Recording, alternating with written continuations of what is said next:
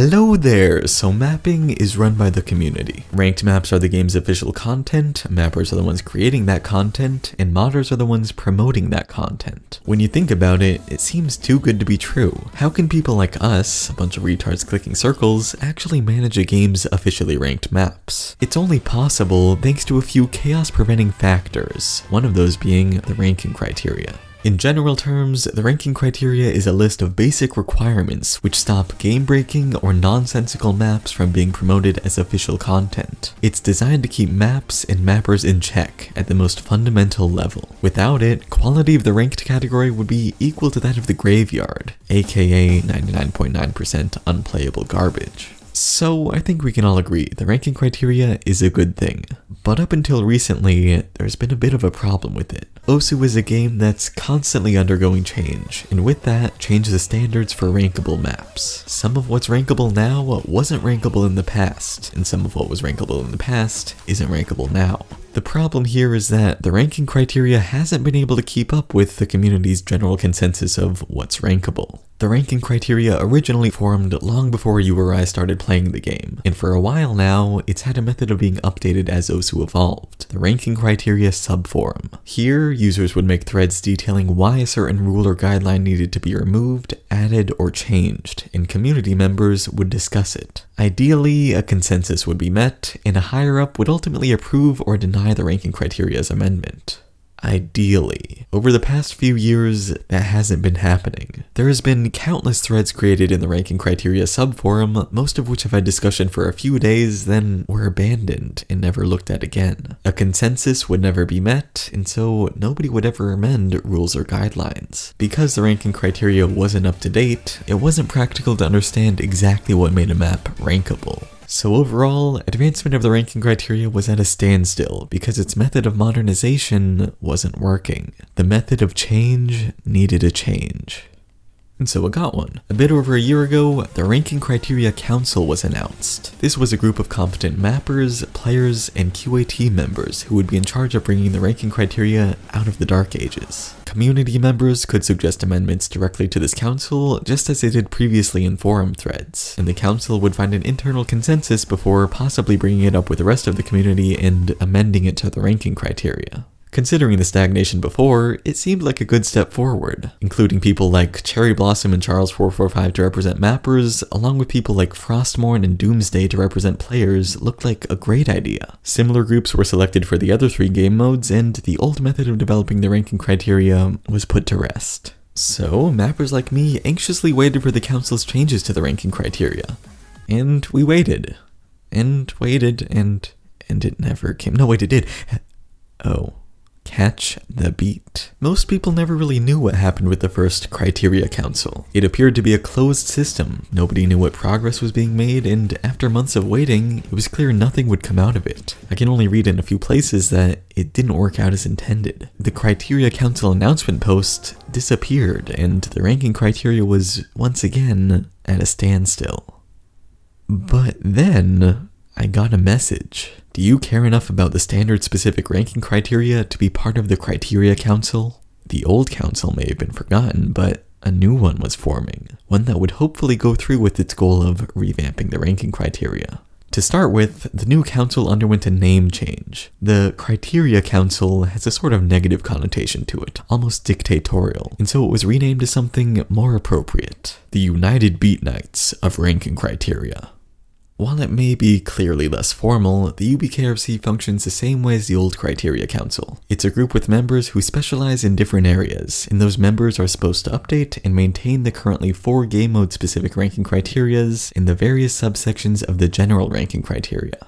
That's a pretty broad definition of it, so let's go over how it fully works. UBKRC members begin by discussing and creating a draft for their specialized area, and anyone outside the UBKRC can talk to its members if they have something to contribute to that draft. When a rough draft is done, it's published to the Ranking Criteria subforum, where it undergoes rounds of community revision. UBKRC members gather community feedback and implement it wherever appropriate, until everyone's done voicing their concerns. At this point, the closest thing to a consensus is met, and the draft is marked by a bubble. A higher up then double checks everything, and it's ultimately finalized as part of the game's official ranking criteria.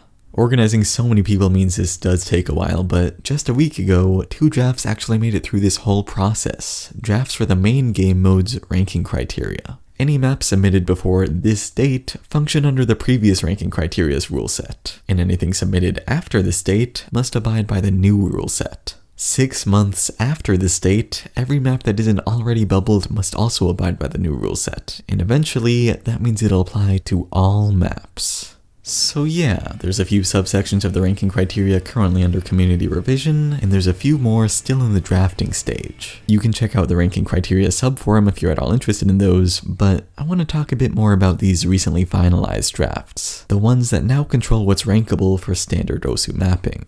I think there's one major downfall to the ranking criteria. Not its content in any way, nor the process through which that content is collected, but rather its format. It's a handbook for what's acceptable in mapping, a big list of words that explain how to create a map suitable for promotion. It's densely packed with a ton of info, which is okay for me and maybe some of you, but for the average user getting into mapping, it could easily be overwhelming.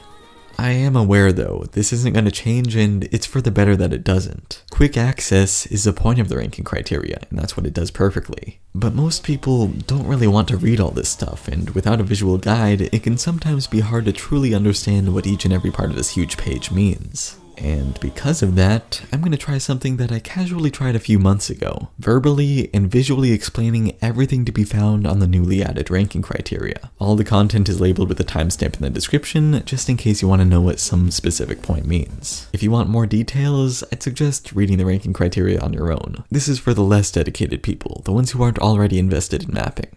So yeah, let's get started. The first thing to talk about is how this new ranking criteria is structured. Going off of what Catch the Beat did for its ranking criteria, the standard ranking criteria is split into 2 sections. The first generally covers rules and guidelines for all difficulties, while the second covers rules and guidelines for specific difficulties within a spread. The previous ranking criteria didn't really make this distinction, and so it was pretty vague as to what defined each level of difficulty. Another major change from the previous ranking criteria is what rule and guideline actually mean. Rules are still the same as before, unbreakable under any circumstances, but guidelines, unlike before, are completely different. They're like rules, except they can be broken if doing so actually benefits a map, and a mapper can explain how it does that, along with why following the guideline would hurt the map.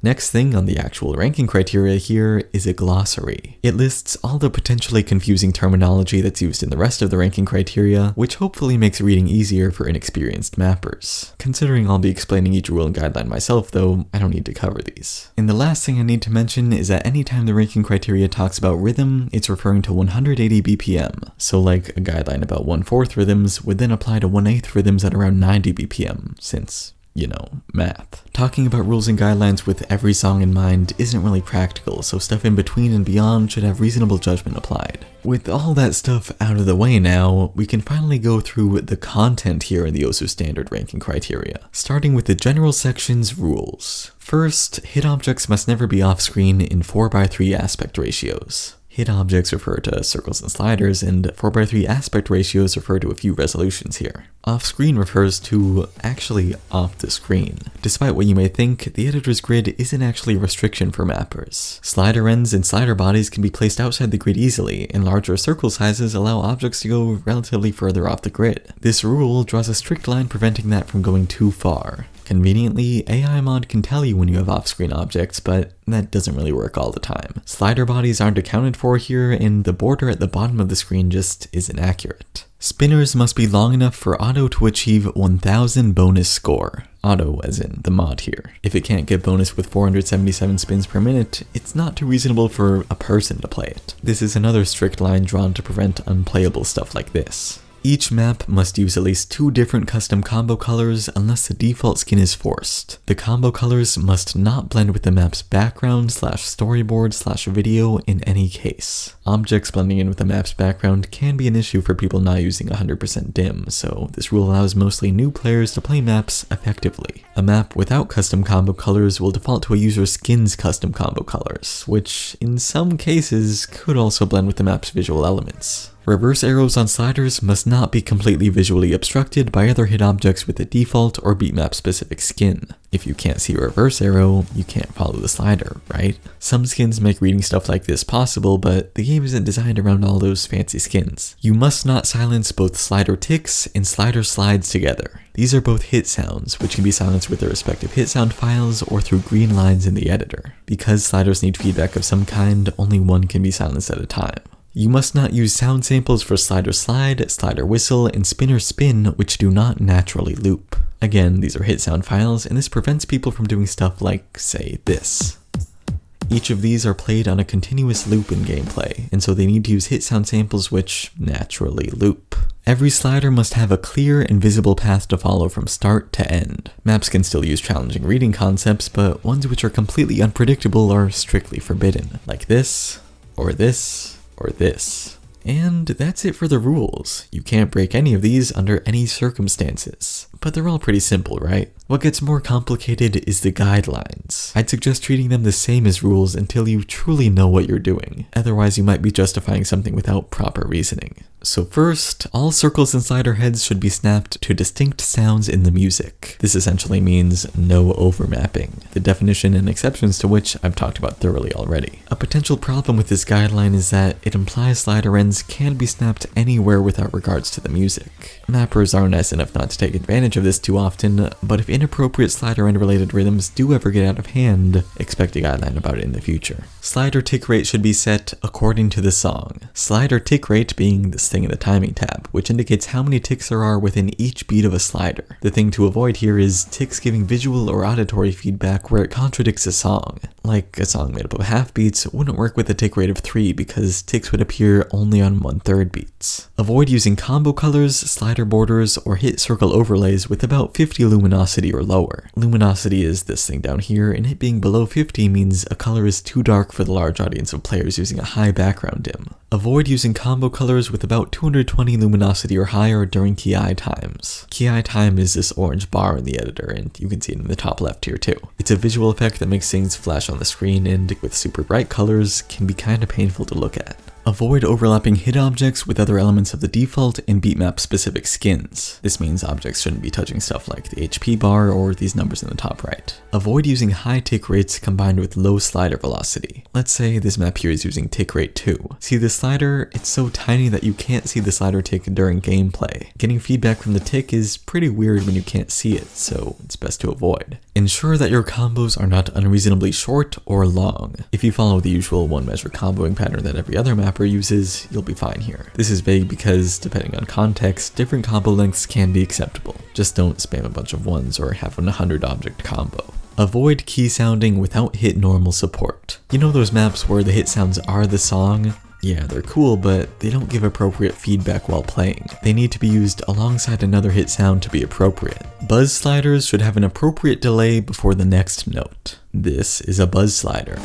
It sounds like a buzz, which is only possible due to its highly dense snapping. You might see stuff like this sometimes, but a 1/16 gap between objects could easily lead to players prematurely letting go of the object and breaking combo. To make sure this doesn't happen, this guideline says there should be a 1/4 gap between a 1/8 or 1/16 buzz slider and the next object, and there should be a 1/6 gap between a 1/12 buzz slider and the next object. Difficulty should be appropriately expressed to represent the intensities of different sections in the music. If you've watched any of my videos, you know what this means already. High intensity in a song is suited for dense rhythm, high spacing, and high slider velocity, while low intensity in a song is suited for relatively less dense rhythm, lower spacing, and lower slider velocity. Avoid major composition differences in similar sections of a song. This sort of ties into the last point. If a song stays the same, the way it's mapped probably should too. Sliders should begin on stronger beats and end on equal or weaker sounds. I think it should be noted that this also depends on context. If a map's rhythm clearly follows vocals, this can work, even if there is a strong sound on the slider end here. What's strong or weak depends on what layer of the music is being followed. Also, I've talked about this in depth months ago, so I shouldn't need to explain more. Avoid extended sliders which pass through important sounds. An extended slider is a rhythm technique used to express a held sound, and so its slider end often isn't snapped to a specific beat in the music. However, players still expect that all slider ends do land on specific beats in the music, so if you're skipping over one and ending the slider on nothing, it's gonna be really jarring. And again, this is explained thoroughly in that last video. Jumps should be used to highlight certain sounds in the music. Small spacing for weak sounds, large spacing for strong sounds, other concepts work if done appropriately, you know the drill by now. Make sure that your spinners are not unreasonably long. Aim for a maximum spinning time of about 5 to 7 seconds. Of course, you can go longer if the song clearly calls for it, but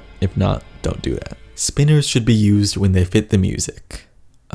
Sounds obvious, but it's not what you're thinking. Maps without spinners can easily have stagnant leaderboards, and this prevents that from happening. Of course, if a song doesn't really support a spinner, no one's gonna ask you to force one in. When including a slider velocity change, there should be a discernible change in the song's pacing. You shouldn't change slider velocity unless the music calls for it. Avoid following multiple layers of the song if it is unclear what rhythm is prioritizing. Another thing I talked about in that rhythm video. Even if there may be distinct sounds on each of these beats, it's a lot more intuitive to play when it's clear which of those layers the rhythm is following. Slider ends of extended sliders should be snapped according to the song's beat structure. Extended sliders, as I already said, don't necessarily have their ends snapped to distinct sounds in the music. Beat structure here refers to either straight beat or swing beat. Straight beat is what you're used to, 1/4 beat snap divisor stuff. An extended slider here should be snapped to a 1/4 tick, because that's what's predictable. It's according to the song's beat structure. A song with a swing beat would be using a 1/6 beat snap divisor, and would therefore be snapped to a 1/6 tick for the same reason. Try to spread your hit object placement evenly across the playfield. Unless there's a musical reason to sanction off parts of the playfield, try to cover everywhere. You might make things stand out when they don't necessarily need to otherwise. Avoid rhythms which are in no way predictable. Hey, I've got a whole video about this. There's ways to make rhythms intuitive through consistent timeline gaps and repetition. Avoid using similar combo colors in successive combos. The point of new combos is to clearly separate sections of a map, and using nearly the same color prevents that from happening.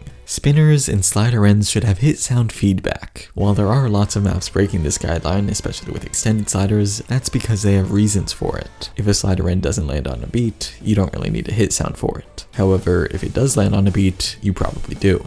So I think that's about it for the general ranking criteria. There is a small section about skinning here, but to be honest, I don't think anyone really cares about it. Skinning is a pretty niche aspect of mapping, but if I ever do make a video about it, I'll be sure to talk about the skinning rules and guidelines then. That being said, we can finally move on to the difficulty-specific section of the ranking criteria. Rules and guidelines here apply only to the respective difficulty levels, and it's worth noting that there's a lot of overlapping ideas between multiple difficulties. I'll only explain each new element once for the sake of saving time, since this is already way too long. So first, easy. The only rule here is, if stacks are used, stack leniency must be set high enough for whole beat hit objects to stack. Stack leniency is this option here in song setup, which controls when objects either stack or directly overlap. Moving on to guidelines, time distance equality should be used. Time distance equality is a fancy word for gaps in the timeline should correlate to gaps on the playfield. Rhythm should clearly relate to spacing, so players can understand their correlation and actually learn how to play the game.